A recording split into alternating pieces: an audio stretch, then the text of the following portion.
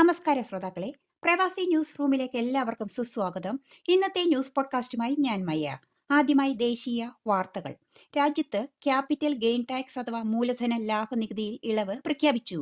ചെറുകിട ബിസിനസ് മേഖലകൾ കൂടുതൽ ഊർജ്ജസ്വലമാക്കുവാനും കൂടുതൽ നിക്ഷേപകരെ ആകർഷിക്കുവാനുമാണ് ആന്റണി അൽബനീസ് സർക്കാരിന്റെ പ്രധാന ലക്ഷ്യം. 2025 കണക്കുകൾ പ്രകാരം ഓസ്ട്രേലിയയിൽ രാജ്യത്തെത്തുന്നവരുടെയും തിരികെ പോകുന്നവരുടെയും കണക്കായ നെറ്റ് ഓവർസീസ് മൈഗ്രേഷൻ 3 വർഷത്തിനിടയിൽ ഏറ്റവും താഴ്ന്ന നിലയിൽ ആയി കുറഞ്ഞുവെന്ന് റിപ്പോർട്ട്. 3 വർഷത്തെ അപേക്ഷിച്ച് 9% കുറവാണെന്നാണ് റിപ്പോർട്ടുകൾ സൂചിപ്പിക്കുന്നത്. വിക്ടോറിയൻ സർക്കാരിനെതിരെ അവിശ്വാസ പ്രമേയവുമായി പ്രതിപക്ഷം. പ്രീമിയർ ജസിൻഡ അലനും മന്ത്രിസഭയ്ക്കുമെതിരെ ധനവിനിയോഗത്തിലെ പാളിച്ചകളടക്കം അവിശ്വാസ പ്രമേയം കൊണ്ടുവരുമെന്ന് കഴിഞ്ഞ ദിവസം പ്രതിപക്ഷ നേതാവ് ജസ് വിൽസൺ മീഡിയകളിലൂടെ ജനങ്ങളെ അറിയിച്ചിരുന്നു. അടുത്ത പാർലമെന്റ് സമ്മേളനത്തിലാവും 4 വർഷ കാലാവധിയിലുള്ള ഈ അവിശ്വാസ പ്രമേയം അവതരിപ്പിക്കുക. നവംബർ മാസ കാലയളവിൽ ആണ് അടുത്ത സംസ്ഥാന തിരഞ്ഞെടുപ്പ്. ഓസ്ട്രേലിയൻ സമ്പദ് വ്യവസ്ഥ മന്ദഗതിയിലായതും തുടർച്ചയായി 3 പ്രാവശ്യം പലിശ നിരക്ക് ഈ വർഷം വർദ്ധിപ്പിച്ചതിനാലും തൽക്കാലം പലിശ നിരക്ക് 4.35% തുടരാം എന്ന് ഓസ്ട്രേലിയൻ റിസർവ് ബാങ്ക് തീരുമാനിച്ചു. ഭവന വായ്പ ഉള്ളവർക്ക് ഈ തീരുമാനം താൽക്കാലിക ആശ്വാസമാണ്. എന്നിരുന്നാലും വിലക്കയറ്റം നിയന്ത്രിക്കുവാൻ സാധിക്കാതെ വന്നാൽ പലിശ നിരക്ക് കൂട്ടേണ്ടി വരുമെന്നുമുള്ള മുന്നറിയിപ്പ് ഇല്ലാതില്ല.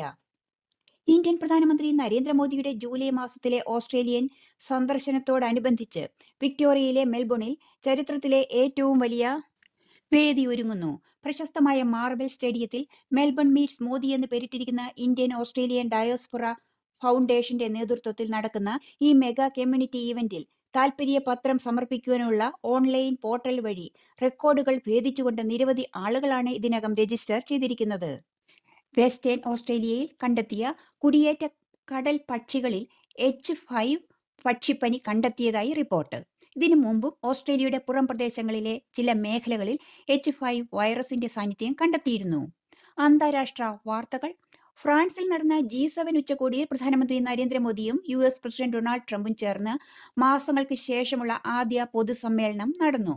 ഫ്രഞ്ച് പ്രസിഡന്റ് ഇമ്മാനുവൽ മാക്രോൺ ആതിഥേയത്വം വഹിച്ച ഉച്ചകോടിയിൽ പ്രധാന ആഗോള വിഷയങ്ങളെക്കുറിച്ചുള്ള നേതാക്കളുടെ ചർച്ചകൾ നടന്നു. ലണ്ടനിലെ വരുവാനിരിക്കുന്ന സ്റ്റീൽ താരിഫ് വ്യവസ്ഥയെ ചൊല്ലി തർക്കമുണ്ടായിട്ടും ഇന്ത്യയുമായുള്ള ബ്രിട്ടന്റെ സ്വതന്ത്ര വ്യാപാര കരാർ ജൂലൈ 15 മുതൽ പ്രാബല്യത്തിൽ വരുമെന്ന് ബ്രിട്ടീഷ് സർക്കാർ ബുധനാഴ്ച അറിയിച്ചു. ജൂലൈ 1 മുതൽ പ്രാബല്യത്തിൽ വരുവാനിരിക്കുന്ന പുതിയ UK സ്റ്റീൽ വ്യാപാര നടപടികളുടെ ആഘാതത്തെക്കുറിച്ചുള്ള ആശങ്കകൾ ഉയർന്നിരുന്നു. എന്നാൽ ഫ്രാൻസിൽ നടന്ന G7 നേതാക്കളുടെ ഉച്ചകോടിയിൽ ബ്രിട്ടീഷ് പ്രധാനമന്ത്രി കെയർ സ്റ്റാർമർ ഇന്ത്യൻ പ്രധാനമന്ത്രി നരേന്ദ്രമോദിയുമായി ചർച്ചകൾ നടത്തിയതിനു ശേഷമാണ് വ്യാപാര കരാർ നടപ്പാക്കലുമായി മുന്നോട്ടു പോകുവാൻ ഇരു രാജ്യങ്ങളും സമ്മതിച്ചത്. നോബൽ സമ്മാനത്തിനു ശേഷം ശാസ്ത്രത്തിലെ ഏറ്റവും ഉയർന്ന ബഹുമതികളിൽ ഒന്നായി കണക്കാക്കപ്പെടുന്ന ഭൗതിക ശാസ്ത്രത്തിനുള്ള പുരസ്കാരമായ വോൾഫ് പ്രൈസിന് കോമ്പോസിറ്റ് ഫെർമിയോണുകളുടെ കണ്ടുപിടുത്തത്തിലൂടെ ലോകത്തെ പ്രമുഖ തിയറിറ്റിക്കൽ ഫിസിസ്റ്റുകളിൽ ഒരാളായ ഇന്ത്യൻ പ്രൊഫസർ ജൈനേന്ദ്ര കെ അർഹനായി. ജൂൺ 18 ജെറുസലേമിൽ നടന്ന ഔദ്യോഗിക ചടങ്ങിൽ ഇസ്രയേൽ പ്രസിഡന്റ് ഐസക് ഹെർസോഗ് പുരസ്കാരം സമ്മാനിച്ചു. ലോക പ്രശസ്ത അമേരിക്കൻ ടെലിവിഷൻ സംവിധായകൻ ജെയിംസ് ബോറോസ് അന്തരിച്ചു. ടെലിവിഷൻ കോമഡികളിൽ ഏറ്റവും സ്വാധീനമുള്ള വ്യക്തിയായ ബോറോസ് തന്റെ പതിറ്റാണ്ടുകൾ നീണ്ട കരിയറിൽ cheers, taxi, friends, Frasier, will and grace പോലുള്ള പ്രശസ്ത സീരീസുകളുമായി ബന്ധപ്പെട്ട് പ്രവർത്തിച്ചിട്ടുണ്ട്. 11 എമ്മി അവാർഡുകൾ കൂടാതെ 2015 ജെയിംസ് ബോറോസിന് സംഭാവനകളെ ആദരിച്ചുകൊണ്ട് ഡയറക്ടേഴ്സ് ഗിൽഡ് ഓഫ് അമേരിക്ക അദ്ദേഹത്തിന് ലൈഫ് ടൈം അച്ചീവ്മെന്റ് അവാർഡും നൽകിയിരുന്നു. ഇന്ത്യൻ കേന്ദ്രതല വാർത്തകൾ. ടെലിഗ്രാം നിരോധിച്ചതിന് ശേഷം ഇന്ത്യയിൽ നിന്നുള്ള പ്രോട്ടോൺ VPN സൈൻ ആപ്പ് അഥവാ വിർച്വൽ പ്രൈവറ്റ് നെറ്റ്വർക്ക് ആപ്ലിക്കേഷൻ എന്ന സോഫ്റ്റ്വെയർ ടൂൾ 150% വർധനവ് രേഖപ്പെടുത്തി.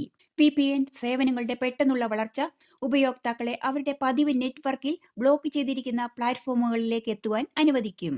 ചോദ്യപേപ്പർ ചോർച്ച വിവാദവും രാജ്യവ്യാപക പ്രതിഷേധങ്ങൾക്ക് പിന്നാലെ national eligibility come entrance test for under graduate അഥവാ നീറ്റ് UG 2026 പുനഃപരീക്ഷ വൻ സുരക്ഷാ നടപടികളോടെ നടന്നു.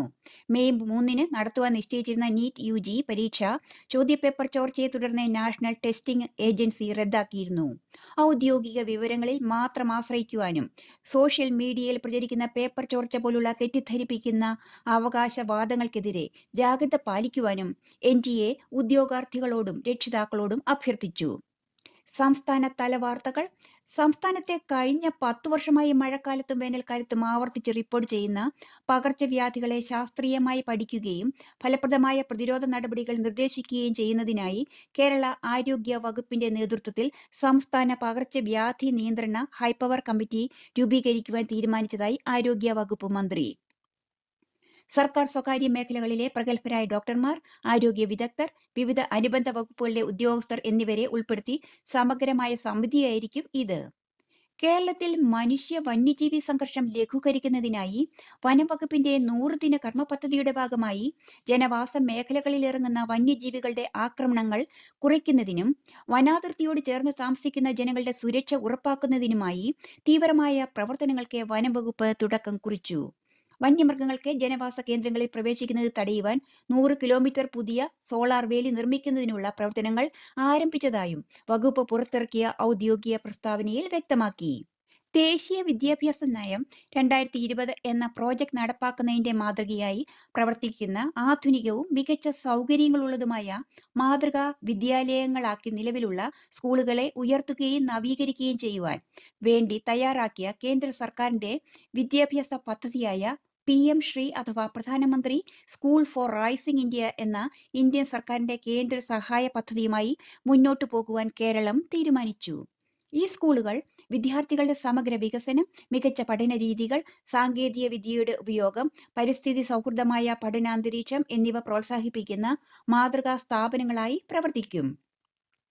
സംസ്ഥാനത്തെ ലഹരി വിരുദ്ധ പ്രവർത്തനങ്ങൾ ശക്തമാക്കിയതിന്റെ ഭാഗമായി നടപ്പാക്കുന്ന ഓപ്പറേഷൻ തൂഫാൻ പദ്ധതിയിലൂടെ ഇതുവരെ ഏകദേശം 10 കോടി രൂപയുടെ ലഹരി വസ്തുക്കൾ പിടിച്ചെടുത്തതായി ആഭ്യന്തര വകുപ്പ് അറിയിച്ചു.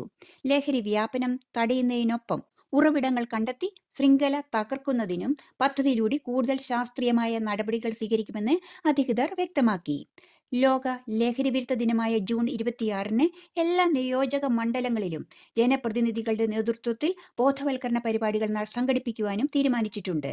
സംസ്ഥാനത്തെ പ്രധാന ചെറുകിട തുറമുഖങ്ങളെ ഏകോപിപ്പിച്ച് സമുദ്രാധിഷ്ഠിത സാമ്പത്തിക വളർച്ച ലക്ഷ്യമിടുന്ന കേരളത്തെ സമഗ്ര തുറമുഖ സംസ്ഥാനമാക്കി മാറ്റുന്നതിനായി മിഷൻ സമുദ്ര പദ്ധതിക്ക് സർക്കാർ തുടക്കമിട്ടു. പദ്ധതിയുടെ ഭാഗമായി വിഴിഞ്ഞം, കൊച്ചി ഉൾപ്പെടെയുള്ള പ്രധാന തുറമുഖങ്ങളെയും സംസ്ഥാനത്തെ 17 ചെറു തുറമുഖങ്ങളെയും ബന്ധിപ്പിച്ചിട്ടുള്ള ഏകീകൃത ശൃംഖല വികസിപ്പിക്കും.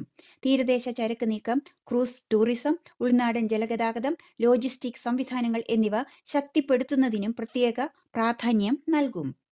ഗ്ലോബൽ സ്റ്റാർട്ടപ്പ് ഇക്കോസിസ്റ്റം റിപ്പോർട്ട് 2026 പ്രകാരം ആർട്ടിഫിഷ്യൽ ഇന്റലിജൻസ് ഇന്നൊവേഷനിൽ ബംഗളൂരു ഏഷ്യയിൽ 2ാം സ്ഥാനം കൈവരിച്ചതായി കർണാടക സർക്കാർ. മികച്ച പ്രകടനം, ഗവേഷണം എന്നിവയുടെ കാര്യത്തിൽ ലോകത്തിലെ ആദ്യ 10 നഗരങ്ങളുടെ പട്ടികയിലും ബംഗളൂരു ഇടം നേടി. ലോകകപ്പ് വിശേഷങ്ങൾ. ഫിഫ ലോകകപ്പ് 2026 ആവേശകരമായി തുടരുന്നു. അമേരിക്ക, കാനഡ, മെക്സിക്കോ എന്നിവിടങ്ങളിലായി നടക്കുന്ന ടൂർണമെന്റിൽ 48 ടീമുകളാണ് പങ്കെടുക്കുന്നത്. ഫിലഡൽഫിയയിൽ വെള്ളിയാഴ്ച നടന്ന മത്സരത്തിൽ ഹെയ്ത്തിക്കെതിരെ എതിരില്ലാത്ത 3 ഗോളുകളുടെ തകർപ്പൻ വിജയം നേടിക്കൊണ്ട് ബ്രസീൽ 2026 ഫിഫ ലോകകപ്പിലെ തങ്ങളുടെ ആദ്യ വിജയം രേഖപ്പെടുത്തി. ഈ വിജയത്തോടെ 5 തവണ ലോക ചാമ്പ്യന്മാരായ ബ്രസീൽ ഗ്രൂപ്പ് സിയിൽ 1ാം സ്ഥാനത്തേക്ക് ഉയർന്നു. പുതിയ താരങ്ങളുടെയും ടീമുകളുടെയും പ്രകടനങ്ങളും പുതിയ ഫോർമാറ്റും ലോകകപ്പിനെ കൂടുതൽ ആവേശകരമാക്കുന്നു. നിങ്ങൾ ഇപ്പോൾ കേട്ടത് പ്രധാന മലയാളം ന്യൂസ് പോഡ്കാസ്റ്റ്. വാർത്തകൾ എഴുതി വായിച്ചത് ഓസ്ട്രേലിയയിൽ നിന്നും മയ. എല്ലാ ശ്രോതാക്കൾക്കും ശുഭദിനം ആശംസിച്ചുകൊണ്ട് നന്ദി, നമസ്കാരം.